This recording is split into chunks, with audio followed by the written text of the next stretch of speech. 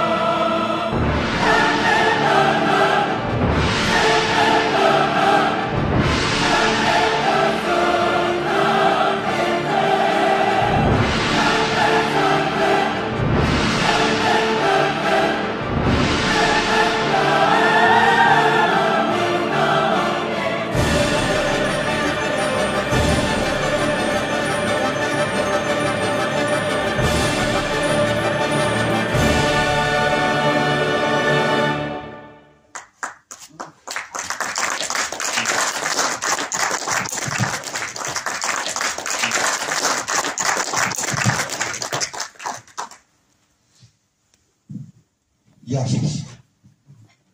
Ξεκινάμε. Ναι. Ωραία. Καλώς ορίσατε. Είναι Κυριακή μεσημέρι, μία παρά, Γενάρης του σωτήριου έτους 2024 και βρισκόμαστε μπροστά στην συνθήκη της παρουσίασης ενός πολύ ιδιαίτερου λευκόματος που έχει κάνει ο Κυριάκος Χατζημιχαηλίδης και το ετοίμαζε από τότε που ήταν παιδί. Πολύ πρόσφατα, ναι. Πολύ πρόσφατα, γιατί από την ηλικία εκείνη μέχρι σήμερα είναι ζήτημα αν τα πραγματικά χρόνια που έχουν κυλήσει είναι πάνω από 5. Λοιπόν, ο Κυριάκος λοιπόν ήταν μανιώδης στη διατροφή του σχετικά με τα φιστίκια. Του άρεσαν πάρα πολύ τα φιστίκια. Και κάποιος προφανώς του είχε πει ότι με τα φιστίκια μπορεί να παραμείνει κομψός μέχρι τα βαθιά του γεράματα. Και έτσι το κράτησε αυτό και ό,τι του έμενε από τα φιστίκια που δεν μπορούσε να καταβροχθήσει, το έκανε τέχνη. Κάπως έτσι λοιπόν προέκυψε και αυτή η αλόκοτη σχέση με το κείμενο και την εικόνα που δημιούργησε μέσα στην συλλογή Αλόκοτα.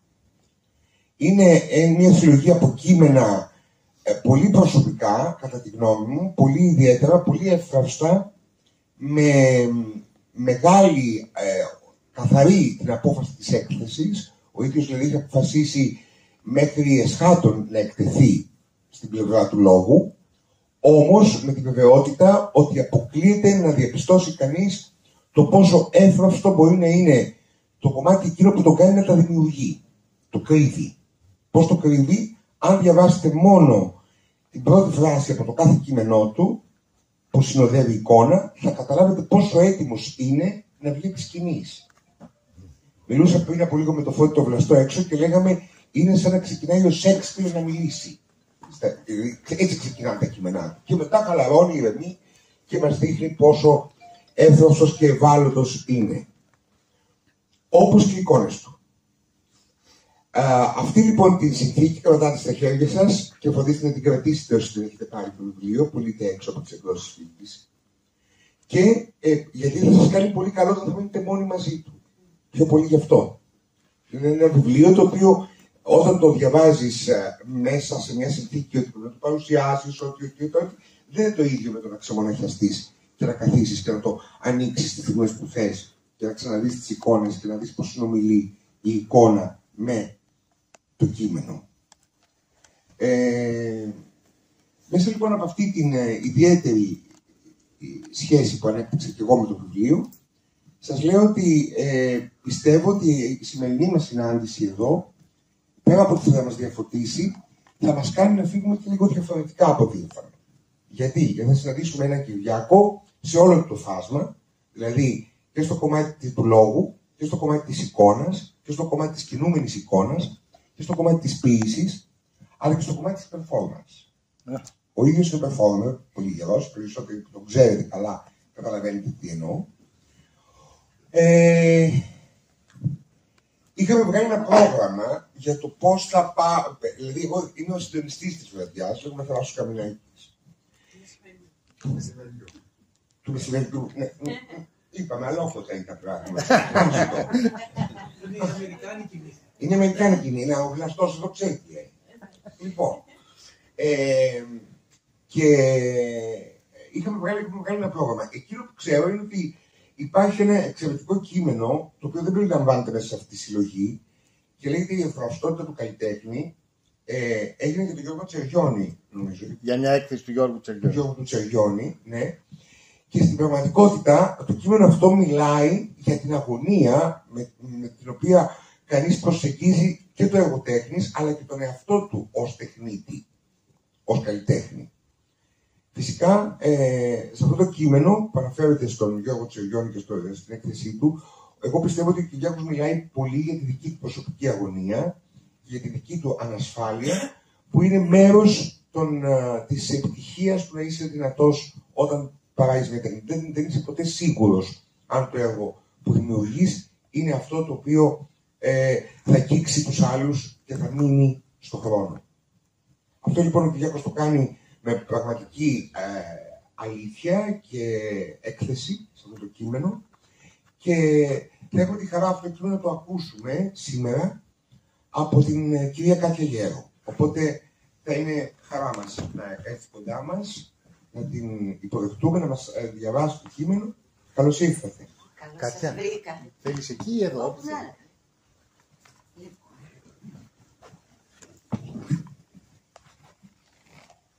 Σε αυτά τα πολύ όμορφα λόγια που είπες, εγώ θα σου πει ότι ταυτίστηκα πάρα πολύ με το βιβλίο. Έχεις απόλυτο δίκιο, δηλαδή, ότι φεύγεις αλλιώς μετά. Και μάλιστα έλεγα στον Κυριάκο ότι σε μερικά βρίσκεται την ψυχή μου. Όταν είναι εκείνο το πλασματάκι που τραγουδάει στο μικρόφωνο, υπάρχει μια υπέροχη φράση από το βιβλίο «Ζωή και πεπρωμένο» του Γκρόσμαν, που περιγράφει τις Ρωσίδες ταλαιπωρημένες στον πόλεμο, οι οποίες όμως, και επειδή είναι στα χωράφια και στον ήλιο όλη τη μέρα, βάζουν πούντρα στη μύτη τους και κατσαρώνουν τα μαλλιά τους. Και λέει ο συγγραφέας ότι με συγκινούν πολύ τα πεισματάρικα πουλιά που τραγουδάνε όσο άσχημο καιρό κι αν έχει. Και τούτος εδώ του Κυριάκου όχι μόνο τραγουδάει, υπήρχε μικροφωνική εγκατάσταση. Δηλαδή εδώ στα ρέστα του. Ή το άλλο που λέει ότι είμαστε 9 μήνες στο νερό, 90 χρόνια στη γη. Του είπα αυτό είναι wishful thinking τα 90 χρόνια στη γη. Και μετά στο άπειρο, στο χώμα, ας πούμε, ή αυτός που καπνίζει ο σκυλάκος με τη μύτη, με το... και στέλνει. Είναι τόσο όμορφο, είναι απίστευτο όμορφο και πρωτότυπο. Αυτό το κείμενο είναι πραγματικά πολύ ωραίο και περιεκτικό και να τα ακούσουμε μαζί. Λέγεται «Η ευθραυστότητα του καλλιτέχνη». Αν μπορεί κανείς με όπλο τη φαντασία του να αντιληφθεί την ψυχή του ανθρώπου σαν ένα σύνολο από αμέτρητα αδιόρατα κομμάτια ύλης που προσπαθούν να ισορροπούν διαρκώς μέσα στο πολυσύνθετο ρου της ζωής, τότε για την ψυχή του καλλιτέχνη το σύνολο αυτό, σαν τους αμέτρητους κόκκους της άμμου, ανά πάσα στιγμή κινδυνεύει από κατάρρευση, σκόρπισμα και καταστροφή. Δεν είναι το σώμα που ορίζει τη φύση του καλλιτέχνη. Δεν είναι το σκληρό μέρος η ικανότητα και η δεξιοτεχνία. Δεν είναι το χέρι, το πόδι, η γλώσσα ή η φωνητική χορδή. Είναι κάτι πολύ περισσότερο και βαθύ αυτό που τον κινεί να παραφέρεται, να παραλογίζεται και να ακροβατεί διαρκώς. Ούτε η τέχνη είναι μια προσωπική υπόθεση του εκάστοτε δημιουργού. Υποκινείται κι αυτός από μια αρχαίγονη τάση του ανθρώπου ως σκεπτόμενο όντως να παρατηρεί, να αναγνωρίζει, να ερμηνεύει, να επικοινωνεί και να εκφράζεται διαρκώς. Μια παμπάλαια κοσμική, θα έλεγε κανείς, μανία του ανθρώπινου γένους να ανιχνεύει τη ζωή πέρα από την ύλη, πέρα από το προφανές, πέρα από το γνώριμο και το ανεκτό. Να ενδιαφέρεται από την πρώτη κιόλας χαραγματιά του στα σπήλαια της Αλταμύρα για την αποτύπωση της σκέψης του, αλλά και τη σχέση του με την αθανασία. Θέλει να υπάρχει και μάλιστα με αξία και δύναμη. Ο καλλιτέχνης αναμετράται με τον εαυτό του και με την κοινωνία συνεχώς.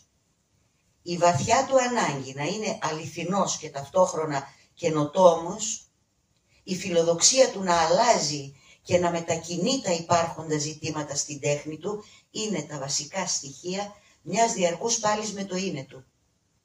Η μάχη αυτή συντίθεται από την κατάθεση όλων όσων τοποθετεί μέσα στο έργο του. Μια κατάθεση που τη χαρακτηρίζει η εμβάθυνση, η ευλάβεια και η προσοχή, προκειμένου να επικοινωνήσει, να γίνει κατανοητός και φυσικά να γίνει αποδεκτός. Απέναντί του μια σειρά από αισθητήρια όργανα που ορίζουν τη σκέψη και το πνεύμα ενός πολυπίκυλου κοινού και στο οποίο ο καλλιτέχνης επιδιώκει να εισβάλλει επιχειρώντας μια δημιουργική συνομιλία. Μια συνομιλία όμως που δεν την ορίζει μετά την απομάκρυνση από το έργο. Μια συνομιλία που αρχίζει με το τέλος της πινελιάς του και δεν τελειώνει ποτέ, ούτε και έχει σαφή χαρακτηριστικά. Αν ο ζωγράφος δουλεύει για το αποτέλεσμα στον καμβά, ο συγγραφέας για τη συγκρότηση του λόγου του, ο μουσικός για την αρμονία των συνθέσεών του ή ο ηθοποιός για την έκθεσή του πάνω στη σκηνή, την ίδια στιγμή, σαν καλλιτέχνης, στέκεται με ευθραυστότητα στη ματέωσή του, στην ακύρωση ή την αποπομπή του. Όχι τόσο για την επίκριση του θεατή του ή την αρνητική κριτική των περιοδικών, όσο για τη δική του ανικανοποίητη πείνα για κάτι μεγάλο και ιδεώδες, για κάτι σημαντικό και υψηλό, για τη δική του ανάγκη να υπάρχει σαν ένα όν που δεν έζησε μάταια και άσκοπα, σαν ένα όν που έχει λόγο πάνω στη γη, σαν μια μονάδα που επιθυμεί να υψωθεί όσο περισσότερο μπορεί προς το ιδεώδες. Απέναντι σε όλα αυτά ορθώνεται σαν γίγαντας η αβεβαιότητα, η αγωνία, η ανασφάλεια και η θλίψη που αποκαλύπτουν την ευθραυστότητα του καλλιτέχνη και κάνουν αυτούς τους άπειρους κόκκους της ψυχής του να τρεμουλιάζουν όπως η άμμος κάτω από τη θύελλα. Ευτυχώς που υπάρχει και το πείσμα. Ωραιότερο φινάλε δεν θα μπορούσε να γράψεις. Μόνο αυτό μας σώζει. Σε ευχαριστούμε, Κυριάκο. Σε ευχαριστούμε.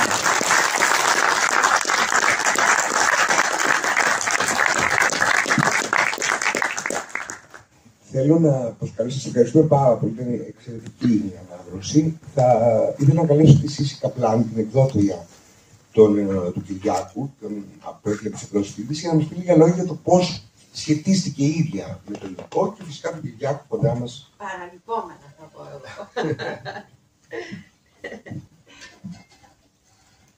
Καταρχήν, όταν συνάντησα τον Κυριάκο ήταν αυτό το οποίο, νομίζω, συμβαίνει καμιά φορά στη ζωή μας. Το έπαθα όταν συνάντησα και το Θράσο, ήταν σαν να τον ήξερα. Είχαμε έτσι κι αλλιώς. Ναι, ωραία. Είχαμε έτσι κι αλλιώς κοινούς γνωστούς, είχαμε να λέμε για διάφορα πράγματα τέλος πάντων. Μου παρουσίασε τα έργα του, οι φράσεις από τρίμα φιστικιού και ο κόκκος στην μία σε κάποιες περιπτώσεις με εντυπωσίασαν για την υπομονή του, την αφοσίωση και για τα ατέλειωτα νυχτέρια του. Και μετά η επεξεργασία των φωτογραφιών και ξανά, φωτογραφίες ηλεκτρονικές, φωτογραφίες στον τοίχο στο σπίτι, τυπωμένες, κρεμασμένες στον τοίχο, μορφές που βλέποντάς τες και ξαναβλέποντάς τες προσδιορίστηκαν και μαζί με τα συνοδευτικά κείμενα αυτών των εικόνων δεν έμειναν αλόκοτα όπως τις χαρακτήρισε ο Κυριάκος και συμφώνησα μαζί του με μία πρώτη ματιά. Στη συνέχεια διαπίστωσα πως είχαν αποκτήσει τουλάχιστον για μένα παλμό, οντότητα και είχαν να πούν. Τα συνοδευτικά κείμενα μου ήταν εξ αρχής κατανοητά. Δηλαδή, διαβάζεις πρώτη φορά ένα ποίημα και λες, κάτσε να το ξαναδούμε. Μου ήταν απόλυτα κατανοητά όλα αυτά, συνδυασμένα με τις εικόνες.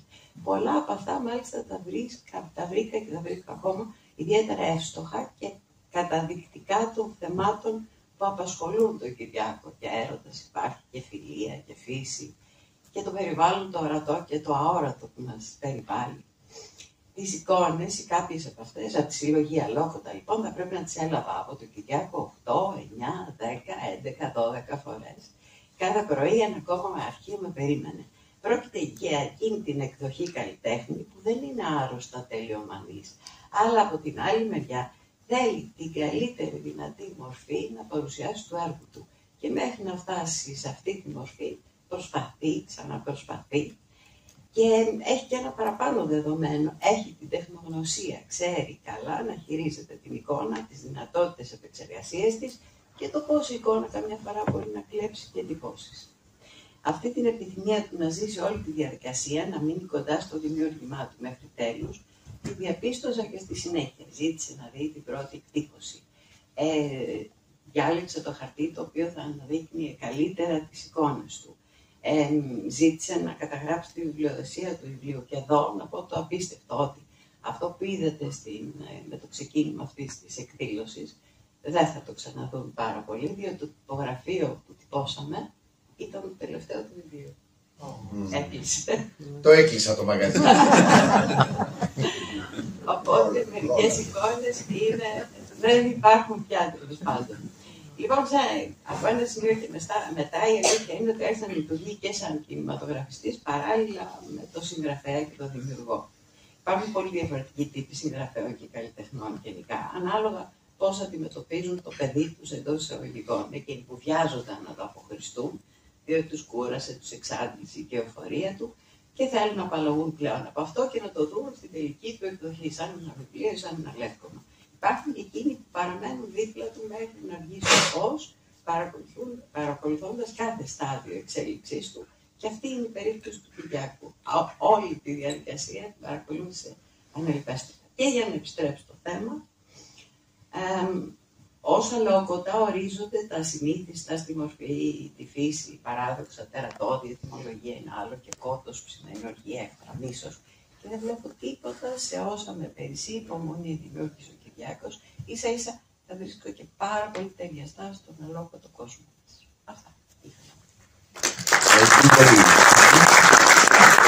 Πρέπει τον Κυριάκο να μας μιλήσει λίγο για τον τρόπο με τον οποίο μπήκε και στα σχέδια.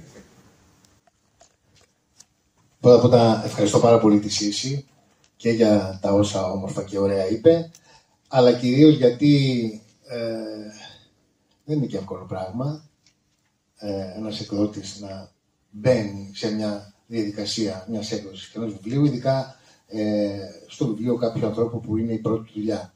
Ευχαριστώ πάρα πολύ Σύση για τη συμπαράσταση.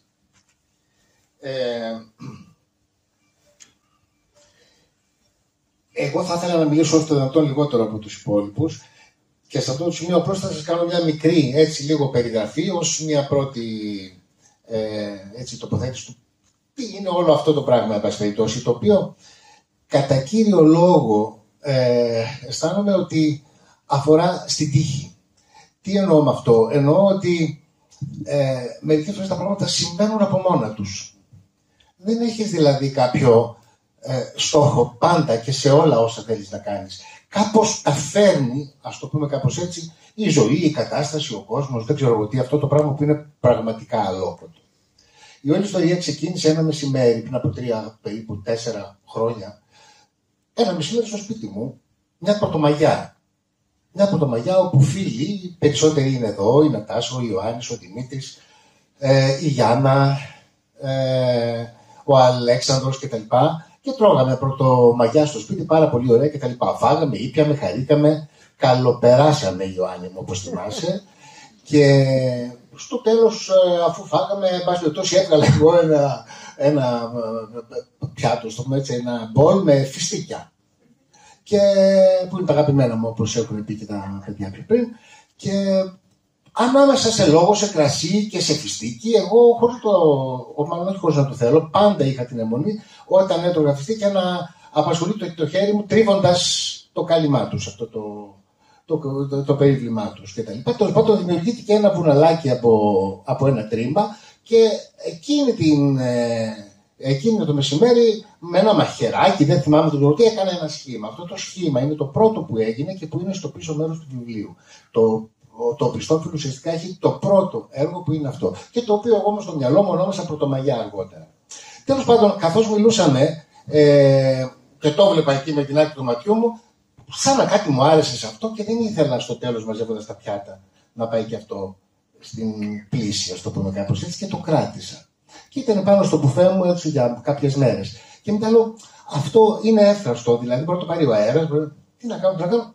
Και αποφάσισα να το φωτογραφίσω. Και έτσι ξεκίνησε μια μικρή, ας το πούμε έτσι, αγωνιώτης ταλαιπωρία 3 ετών, ταλαιπωρία σε εισαγωγικά, όπου κάθε βράδυ εγώ έτσι περισσότερο χομπίστηκα, έπαιζα με όλο αυτό το πράγμα, αλλά ένα προς ένα κάποια στιγμή κάπως με ενδιέφερε, κάπως το έφτιαχνα, κάπως πήγαινε προς μια κατεύθυνση που ασυνείδητα σχεδόν θα έλεγε κανείς, έφτανε σε κάτι που, εν πάση περιπτώσει, εμένα μου άρεσε. Κάποια στιγμή έβαζα κάτι από αυτά στο Facebook, έβλεπα ότι αυτό έχει ένα κάποιο ενδιαφέρον και ακουμπάει σε κάποιο βαθμό με τους ανθρώπους, τους φίλους μου κτλ. Και εν πάση περιπτώσει κάποια στιγμή έφτασα στις μέρες έτσι, του 2023 όπου τα έβλεπα και έλεγα τι να τα κάνω, εικαστικός δεν είμαι ή τουλάχιστον δεν έχω μέχρι στιγμής μια πρόθεση τέτοια. Δεν είχα σκοπό να κάνω μία έκθεση, τι να τα κάνω αυτά, είναι εδώ, οκ, κτλ. Και έτσι αποφάσισα κάποια στιγμή να εκδοθούν. Να κάνω δηλαδή ένα βιβλίο με αυτό, πραγματικά και περισσότερο παίζοντας με το θέμα. Και έτσι υπάρχει και αυτή η απόφαση. Όταν αποφασίστηκε αυτό, σκέφτηκα ότι θα ήταν ενδιαφέρον να υπάρχει δίπλα ένα κείμενο. Και αυτό περισσότερο ξεκίνησε από το ότι κάποια στιγμή τα βράδια, προσπαθώντας, ξέρετε, ανάμεσα σε ξύπνιο και ύπνο που σκέφτεσαι, έφερνα έτσι αυτές τις εικόνες και που είναι έτσι όντα, ας το πούμε, αλόκοτα και προσπαθούσα έτσι μέσα να δω τι θα μπορούσαν να λένε. Τι θα μπορούσαν να λένε αν είχαν μια ψυχή, ας το πούμε κάπως έτσι, και μέχρι να με πάρει ο ύπνος σκεφτόμουν πράγματα κτλ. Τέλος πάντων, για να μην τα πολυλογώ και σας ταλαιπωρώ, αποφάσισα δίπλα να υπάρχουν κάποια κείμενα τα οποία βγήκαν μέσα από αυτή τη διαδικασία, με εκφράζουν ανάλογα με τον τρόπο με τον οποίο επαναγνωρίστηκα με τα κείμενα προσπαθώντας να τους δώσω φωνή και έτσι φτάσαμε να έχετε στα χέρια σας αυτή την έκδοση. Αυτό είναι ένα μικρό ιστορικό αυτής της τελευταίας δουλειάς αυτού του βιβλίου. Και για να συνεχίσουμε, θα ήθελα έτσι για να έχουμε και μια χαριτωμένη πλευρά στη συνάντησή μας, αφού είδαμε τι έγινε στο τυπογραφείο, ας δούμε τι έγινε και στο βιβλιοδεκτείο.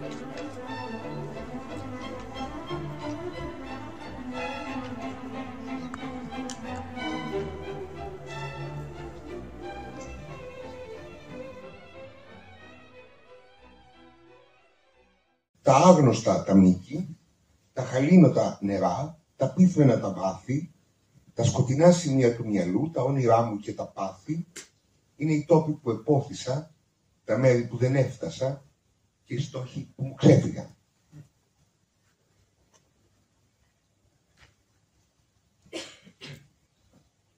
Τι περιείχε αυτό το μήλο, Εύα? Για ποιους χυμούς παραπλανήθηκες και σέρνεσαι με πόνους, χρόνους τώρα και νοιάζεσαι για μας?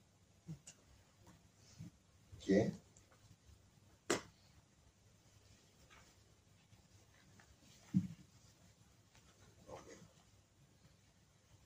όχι αυτό. όχι αυτό, γιατί θα το δούμε στο τέλος της βραδιάς. Ούτε αυτό.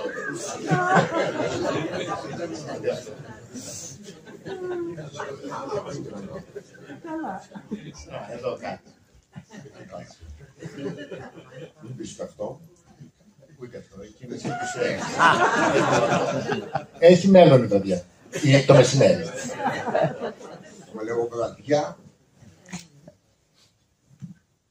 Λοιπόν, χωρίς το σώμα μου θα ζω, στα άπειρα πελάγη, εκείνης της μικρής αυλής που απλώνεται στα βάθη, από ψηλά μου λένε πως θα ζω, χωρίς τη δίψα να ζητώ, χωρίς τη μυρωδιά τους, χωρίς τη γεύση, την οσμή, την απαλή πλευρά τους.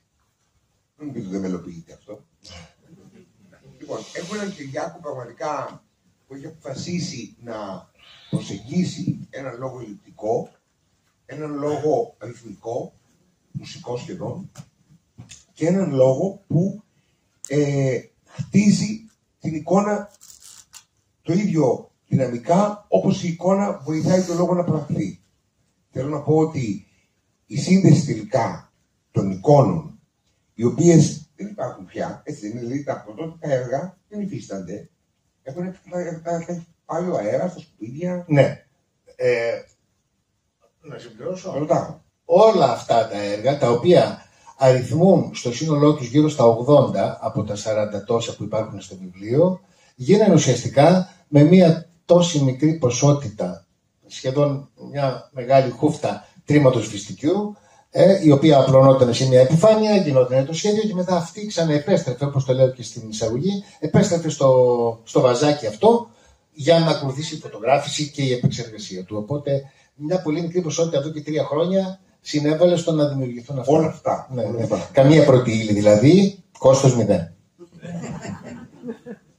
Ωραία. Εγώ λοιπόν νομίζω ότι αυτή είναι η ουσία της δουλειάς του Κυριάκου, ότι όλο αυτό είναι κάτι το οποίο έχει στην πραγματικότητα, αν δεν υπήρχε η τεχνολογία, δηλαδή να αποτυπωθεί μέσω της κάμερας, το έργο αυτό δεν θα υπήρχε. Το έργο δεν θα υπήρχε. Οπότε με αυτή την έννοια νομίζω ότι είναι πολύ ιερή η συνθήκη που συναντιόμαστε. Ωραία. Θέλω λίγο να πάμε στην συνάντηση και στη σχέση σου με τον Φόντε τον Λάρη. Ναι. Και στο πώς θα μας τον φέρει στην παρέα. Ναι. Θα δούμε ένα βίντεο για το κείμενο το οποίο έγραψε ο Φόντας ο Λάδης, το οποίο έγινε προχθές στην πραγματικότητα, γιατί ο Φόντας λόγω μιας πολύ σημαντικής δουλειάς ενδεχομένως να μην μπορούσε να παρευρεθεί, οπότε αποφασίσαμε να κάνουμε ένα βίντεο για να τον δούμε να διαβάζει το κείμενο. Να πω 2 πράγματα απλώς, ότι ο Φόντας ο Λάδης, γνωστός συγγραφέας, τυχουργός, ποιητής, ένας πολύπλευρος άνθρωπος στον χώρο της μουσικής και του βιβλίου. Είναι φίλος εδώ και κάποια χρόνια, γείτονας εδώ στον Κεραμικό. Συναντιόμαστε πολύ συχνά, μιλάμε, τα λέμε. Είναι από τους πρώτους οι οποίοι πήραν στα χέρια τους το βιβλίο Παύλα Λεύκομα. Και σε αυτό το βίντεο έτσι περιγράφει λιγάκι την πρώτη του εντύπωση. Ας τον ακούσουμε, Τάσο, και αν μπορείς λίγο πιο δυνατά. Δυνάμωσε λίγο τη μουσική. Συγχωρήστε τις ατέλειες του βίντεο, έγινε με το κινητό μου.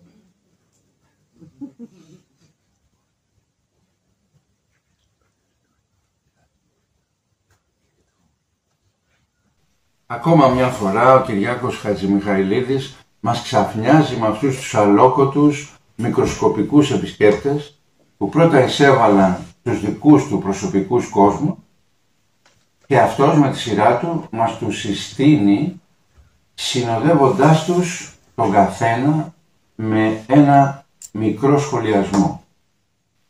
Από τη μια λοιπόν μεριά έχουμε αυτά τα πορτοκαλί και καφέ σκούρα ανθρωπάκια και από την άλλη κάποια αυθόρμητα λιτά δευτερογενή ποιητικά σχεδιάσματα. Και αν έφτασα στη γη, ποιος ξέρει από πού και γιατί, αναρωτιέται ένα τέτοιο πλάσμα που προσπαθεί να ανηφορήσει σε μια σελίδα του βιβλίου στην κυρτή επιφάνεια του πλανήτη μας ή μάλλον ενός άγνωστου πλανήτη που λέγεται Κυριάκος Χατζημιχαηλίδη. Ας το κοιτάξουμε καλύτερα. Τι είναι, ανθρωπάκι, ανθρωπόμορφο ζωάκι, τερατάκι ή μήπως μια εξωγήινη μορφή, ένα alien. Ο Κυριάκος είναι πολυτάλαντος και πολύπλευρος, όπως πολλοί ξέρουμε. Χτίζει σιγά σιγά την αυτοκρατορία του, μεθοδικά και κυρίως σιωπηλά, με τις πιο διαφορετικές ψηφίδες.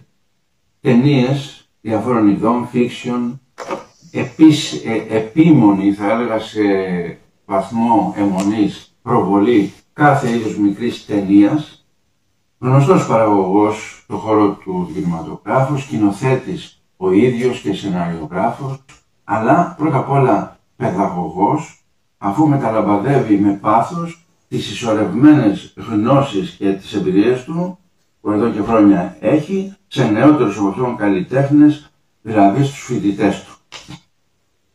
Σε ό,τι κάνει είναι αυθεντικός, αυθόρμητο, χωρίς εξωκαλλιτεχνικές σκοπιμότητες και πάνω απ' όλα συνθετικός, γιατί είναι ευρυμαθής.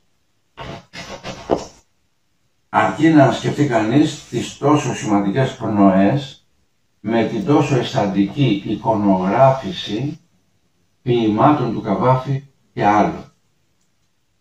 Είμαστε λοιπόν εδώ και μερικά χρόνια με τον Κυριάκο φίλοι.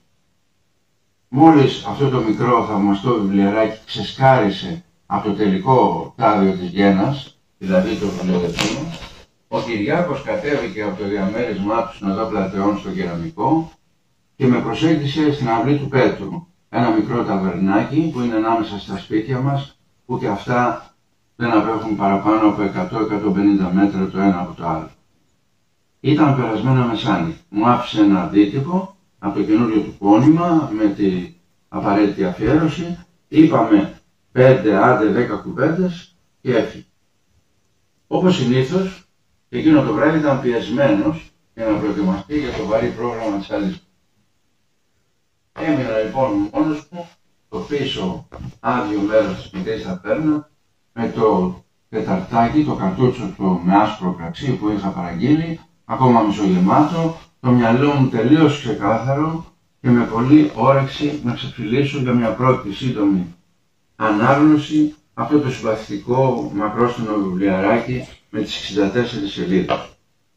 Οι συνθήκες δηλαδή, το ότι δεν είχα πιει ως εκείνη τη στιγμή παρά μόνο ένα ποτηράκι άσπρο κρασί και ότι ποτέ δεν παίρνω παραισθησιογόνα, με αθωώνουν για όλα αυτά που ακολούθη.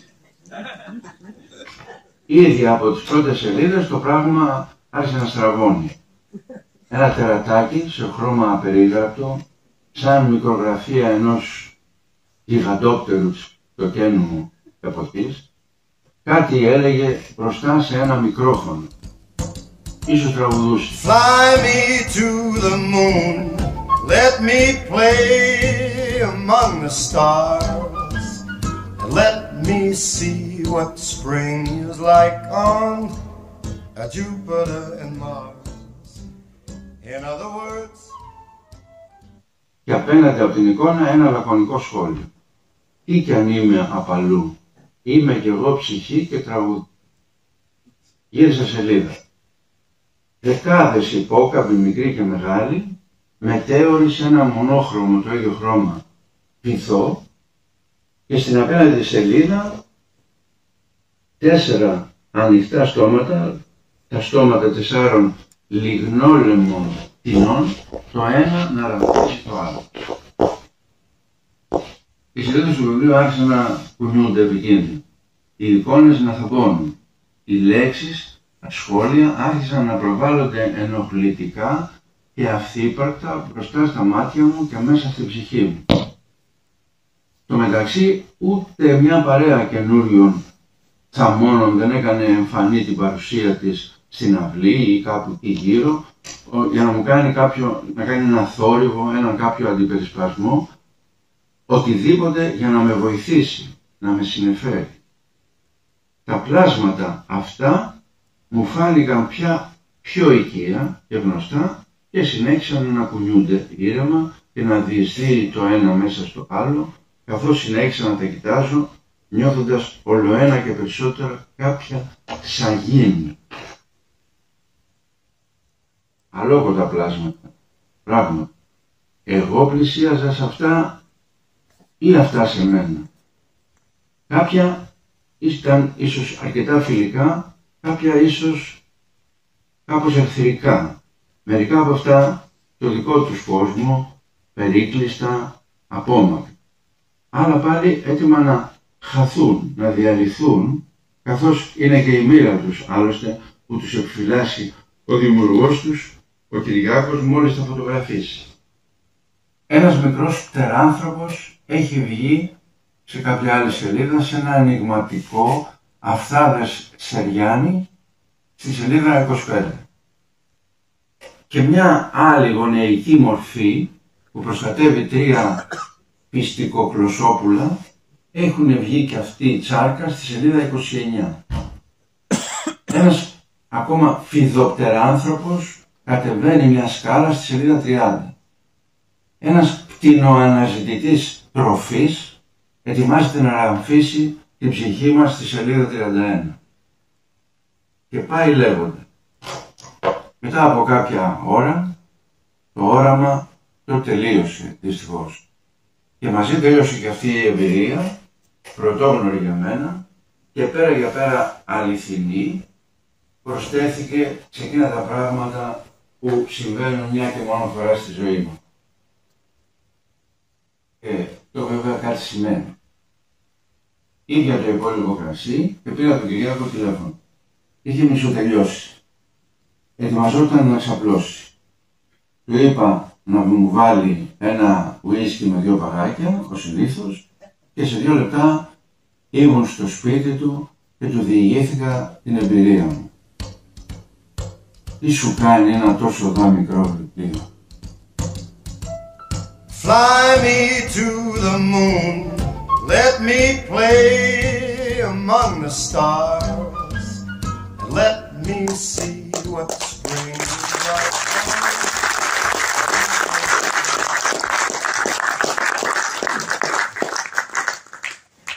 Μαζί με τα όντα, ευχαριστώ και εγώ τον Φόντα, είναι πολύ φίλος.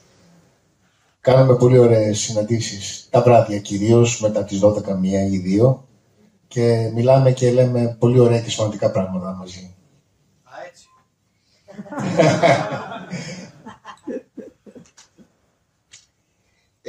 Βλέπω εδώ ότι μου έχει σημειώσει μέσα στη διάθεσή σου να σκηνοθετείς πάντα ό,τι γίνεται και με σωστό τρόπο, ότι εδώ θα πρέπει να μιλήσουμε κάπως για την υποβολή. Εντάξει, μπορούμε και να το παραβλέψουμε. Απλώς ήθελα λίγο να προσθέσω εγώ δύο απλά πραγματάκια για τη δική μου την εντύπωση, πάνω στην εντύπωση που έκανε το βιβλίο στο Φόντα το Λάδι. Εκείνο το βράδυ λοιπόν που το έβαλα ένα ουίσκι με 2 παγάκια ως συνήθως, ήρθε στο σπίτι, ήταν αργά, ήταν γύρω στις 3 η ώρα. Και πραγματικά, ενώ ο άνθρωπος θα μπορούσε να πάει στο σπίτι του να κοιμηθεί, να μου πάρει την άλλη μέρα τηλέφωνο, μπήκε στον κόπο πραγματικά να έρθει και να μου διηγηθεί αυτό που διηγήθηκε και στο βίντεο, πολύ κοντά σε αυτήν την υποβολή που είχε.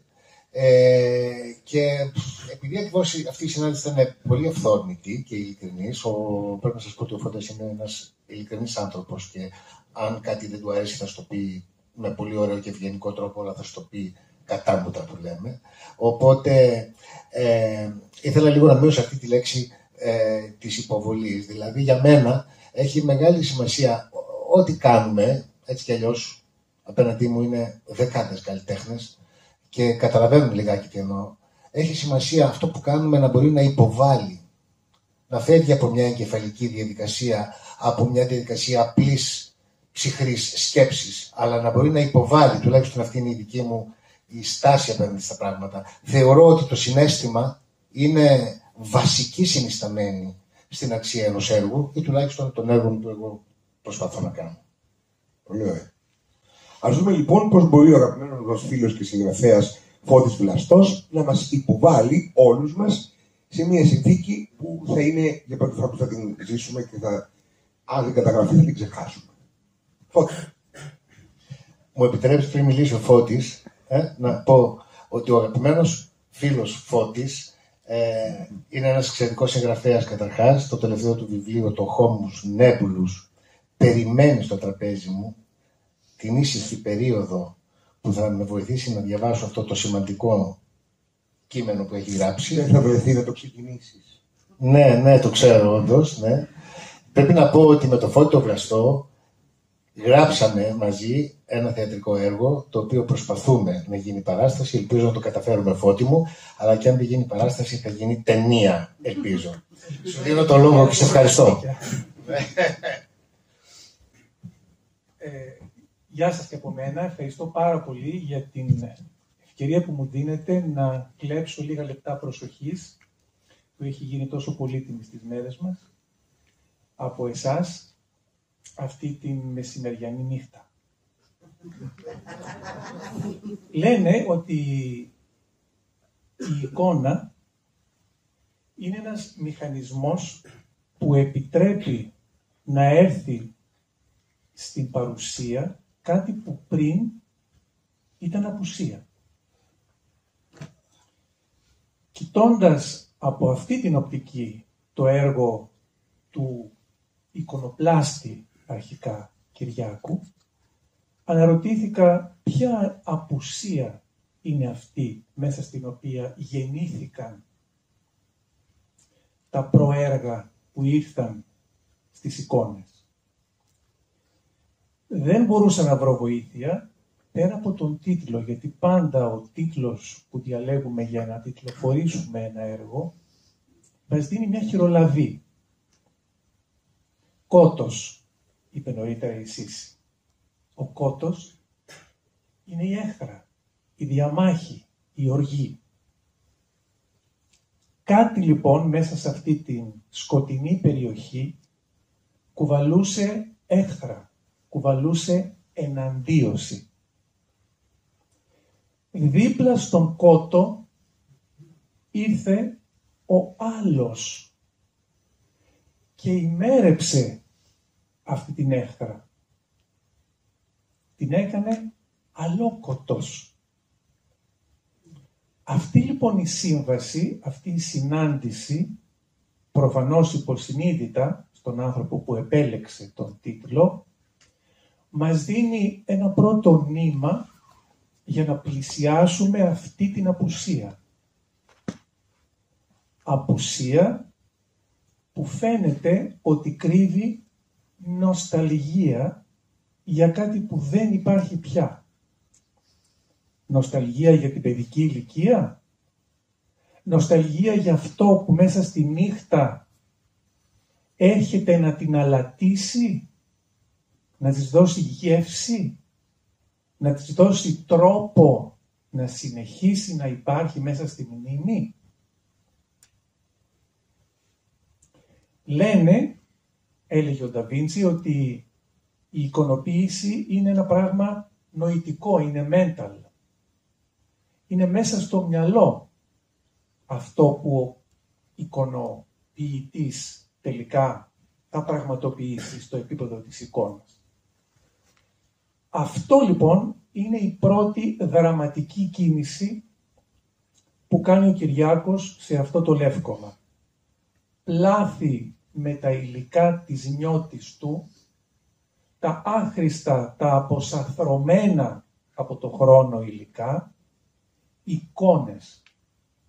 Τι εικόνες? Εικόνες χωρίς οπτική γωνία. Δεν υπάρχει υποκειμενικότητα, υπάρχουν σύμβολα. Κάνει κάτι σαν τον Ανρί Μισό. Θυμάστε τα ιδεογράμματα του Μισό.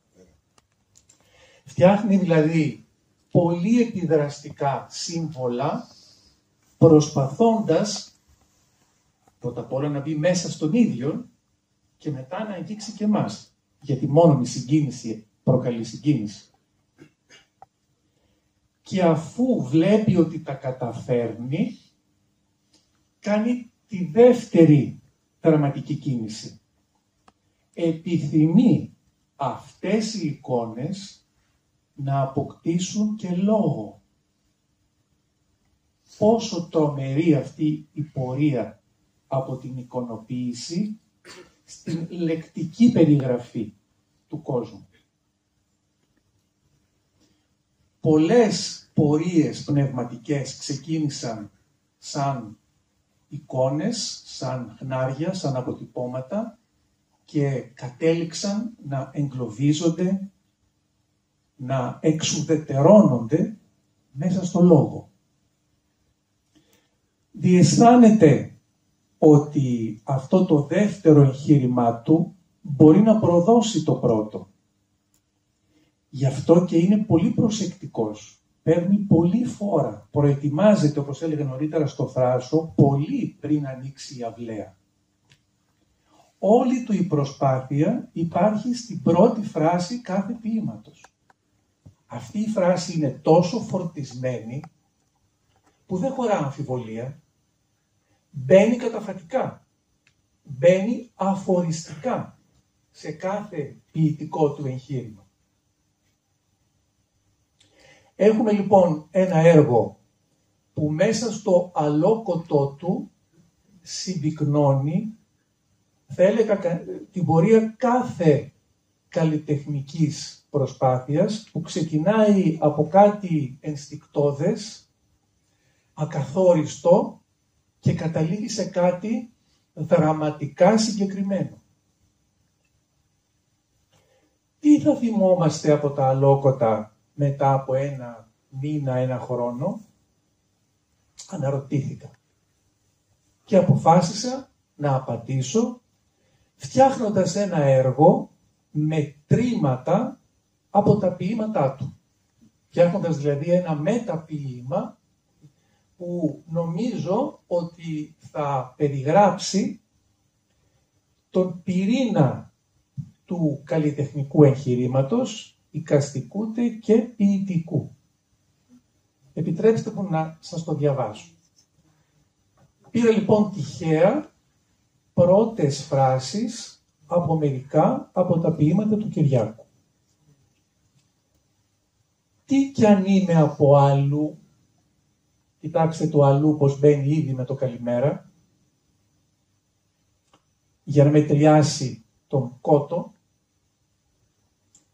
πάντα κάποιος θα είναι με κάποιον μαζί. Φυλακή μου, εσείς. Δεν φταίω εγώ. Τη χαρούμενη πλευρά της ζωής την ξεπέρασα. Και αν έφτασα στη γη, ποιος ξέρει από πού και γιατί. Την ουρά μου την έχασα. Πελεκήθηκα από το τσεκούρι του χρόνου. Λιάνθηκα από το βάρος της δράσης. Λουστραρίστηκα από τη μέθη της πίκρας. Δεν πρόσεξα. Δεν κοίταξα. Δεν σκέφτηκα. Αντιστρέφω την κίνηση. Δαμάζω τη στάση. Πολεμώ τη σιωπή. Τι κι αν ένα και ένα κάνουν δύο. Θα σε φροντίσω φύση. Κοριτσάκι μικρό, μόλις βρω τη στιγμή, την αγκαλιά μου να ανοίξω.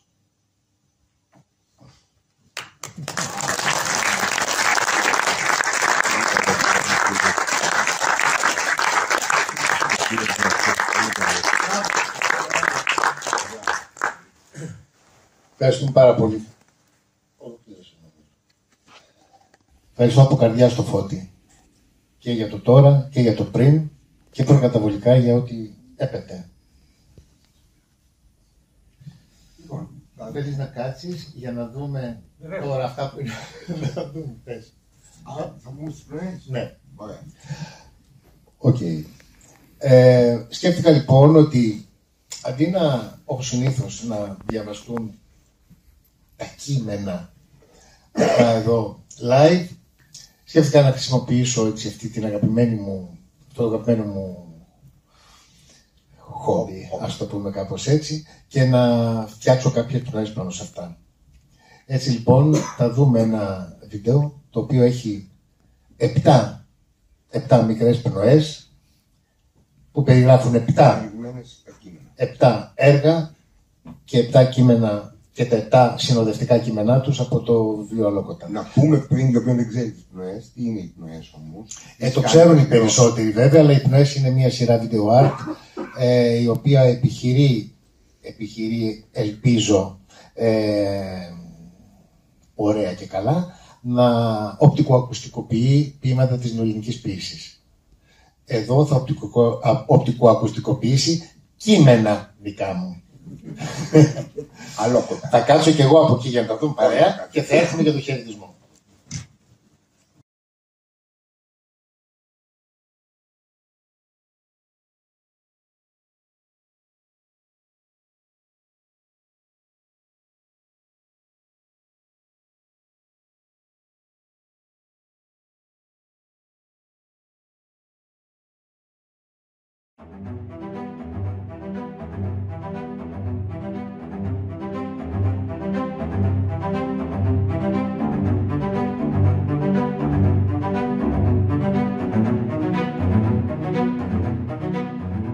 Με τη χαρά της ζωής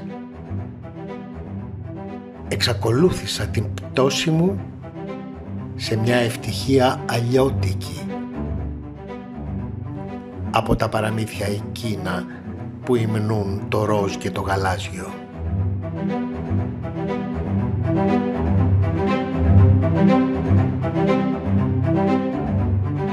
Κι αν τρέχω, δεν είναι για να φτάσω, απλά τρέχω, όπως και ο χρόνος, αλλά κανένας μας δεν ξέρει ούτε προς τα πού, ούτε και γιατί.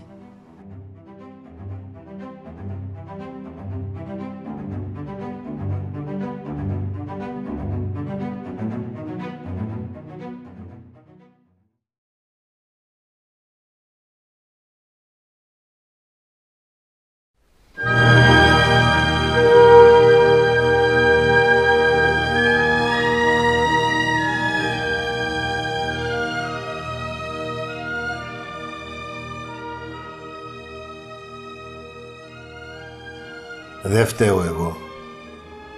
Εκείνο που με κάνει να νικώ είναι η παρόρμησή σου να με κατακτήσεις. Δεν φταίω εγώ. Είναι η τυφλότητά σου που οδηγεί σε θύελες σαρωτικές και ανέμους μανιασμένους.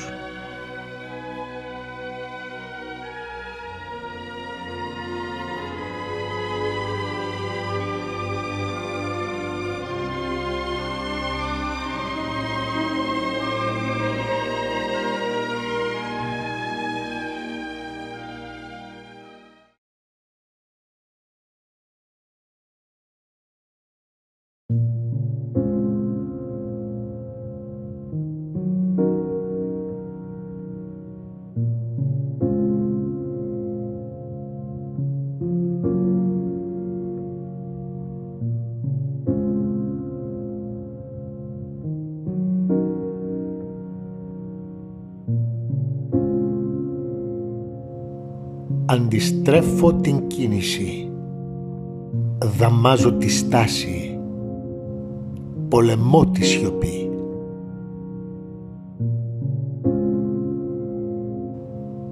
Χορεύω στην πλήξη, ζωγραφίζω στα πάθη, χορογραφώ στην οργή. Στροβιλίζομαι πάντα, χειραγωγούμε συχνά,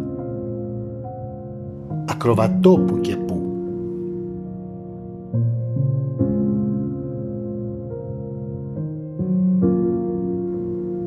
Είναι η νύχτα που τρέφει,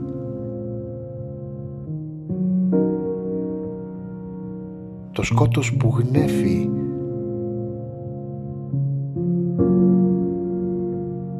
το άγνωστο στέκει, καραδοκεί.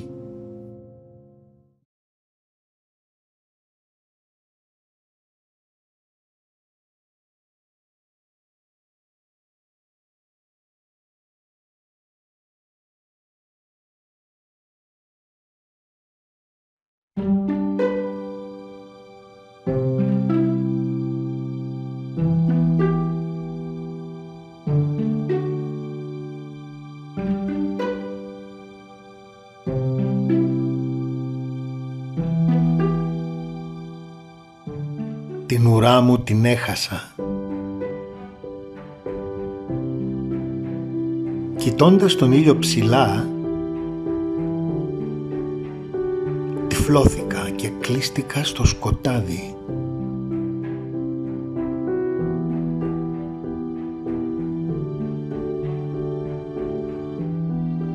Περπάτησα όμως σε μέρες λαμπρές, σε χώρες ωραίες, σε σπουδαία λιβάδια.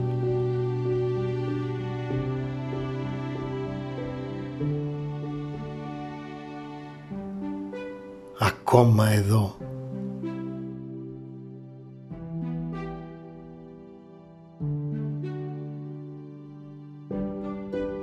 Γοργά προχωρώ,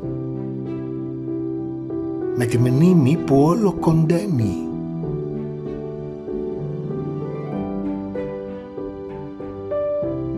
Και η ουρά μου εκεί που ακόμα ζει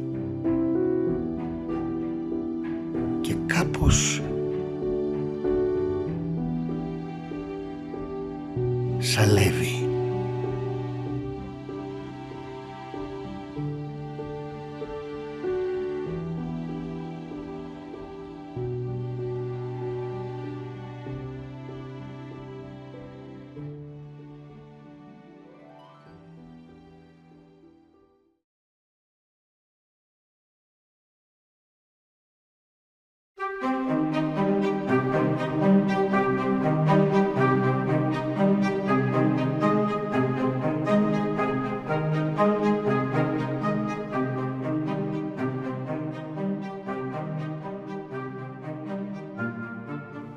Την Πρωτομαγιά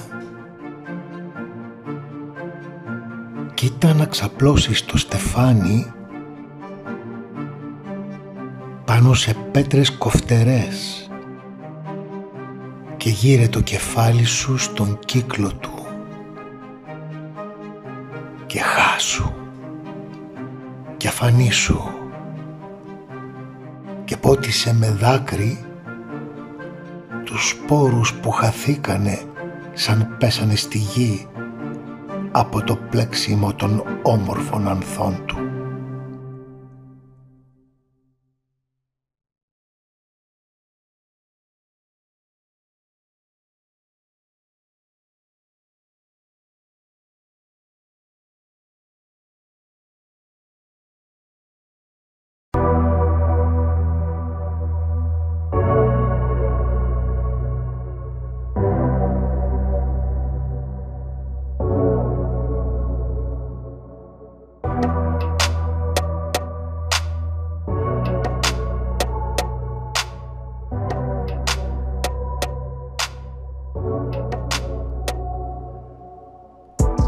Σε φροντίσω φύση, φτύνοντας στην άκρη ενός μονοπατιού, αφοδεύοντας στην παχιά σκιά ενός ωραίου δέντρου και φυσικά κοιτάζοντάς σε. Και εσύ θα με φροντίσεις φύση, φτύνοντάς με αφοδεύοντας τις μύχιες σκέψεις μου και φυσικά καθόλου βλέποντάς με.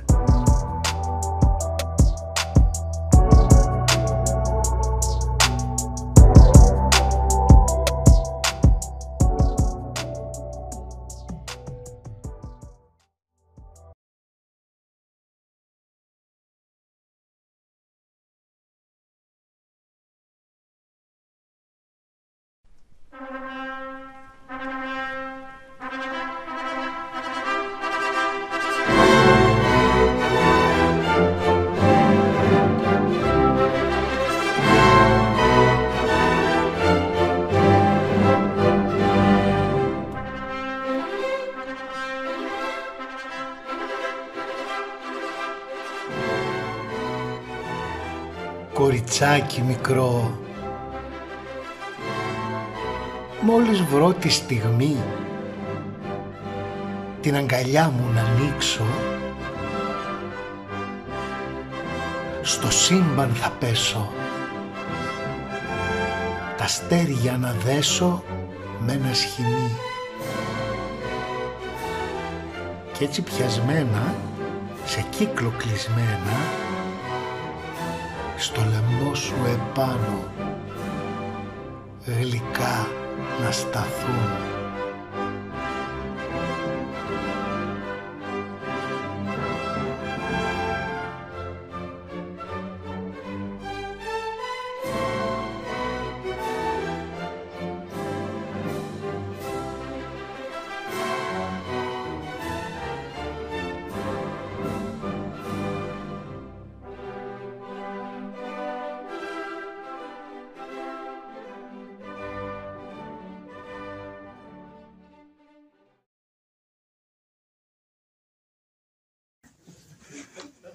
Αυτά είναι τα αλόκοτα. Κάνανε ένα κύκλο, ολοκληρώθηκαν. Θέλω να ευχαριστήσω από καρδιάς. Πάντα το κάνουμε. Εγώ δεν το κάνω για τυπικούς λόγους.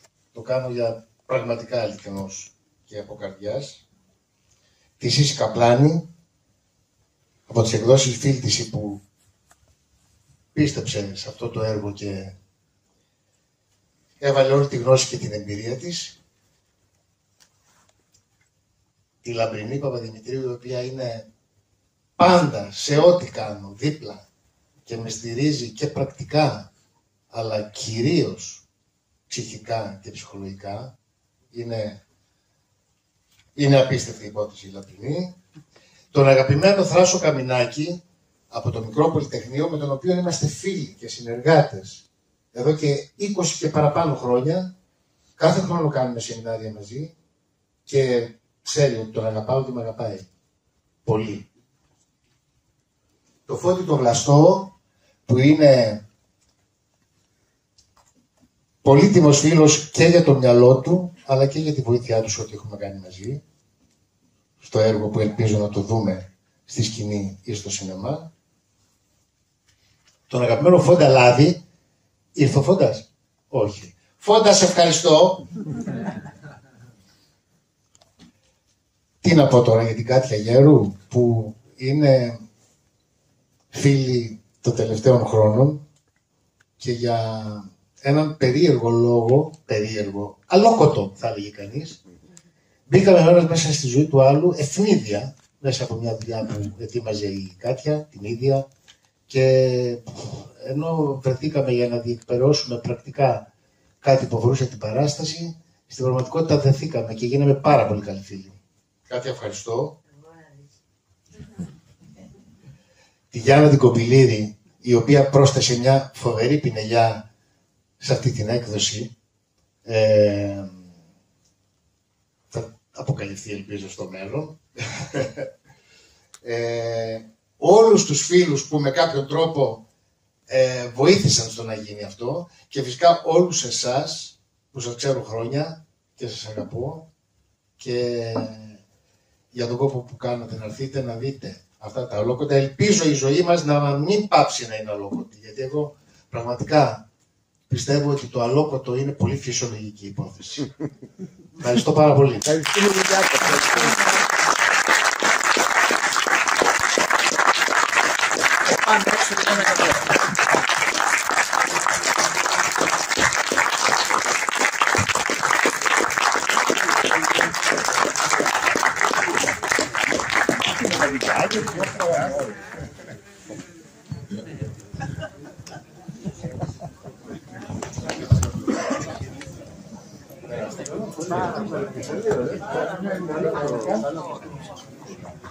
Gracias.